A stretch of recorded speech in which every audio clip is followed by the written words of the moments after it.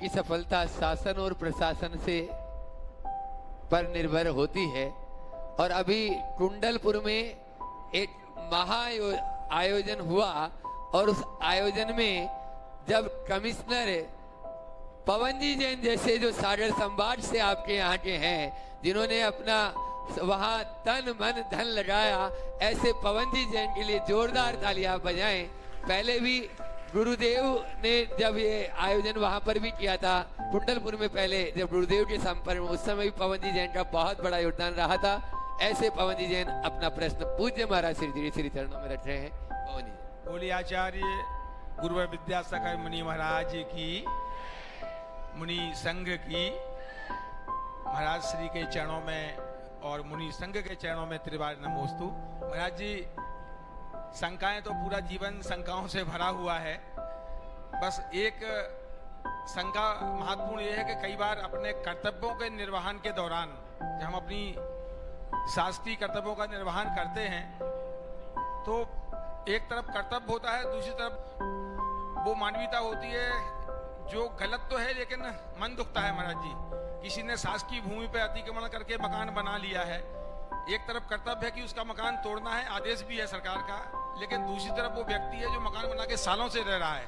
कई प्रसंग जीवन में ऐसे आए हैं 25.5 साल की नौकरी में महाराज जी, जहाँ मन और दिल दोनों दुखते रहे हैं, लेकिन फाइनली यही तय किया कि जब कर्तव्यों का निर्वहन कर रहे हैं और सद्भावना पूर्वक कर रहे हैं, तो फिर हमें अपने कर्तव्यों को ही अपना धर्म मान के आगे बढ़ना चाहिए।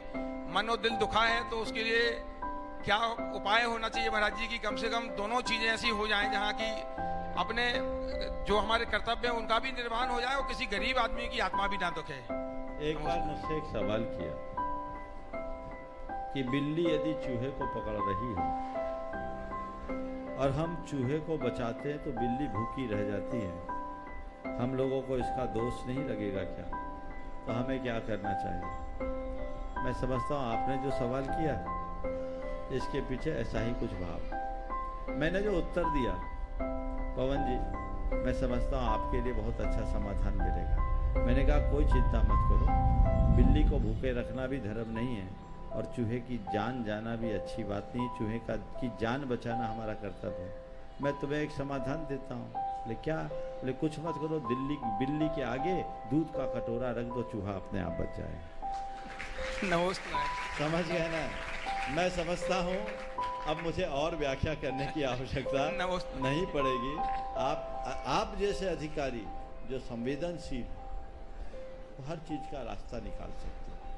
कर्तव्य का पालन प्रत्येक व्यक्ति की और खासकर शासकीय पदों में बैठे व्यक्ति की जिम्मेदारी।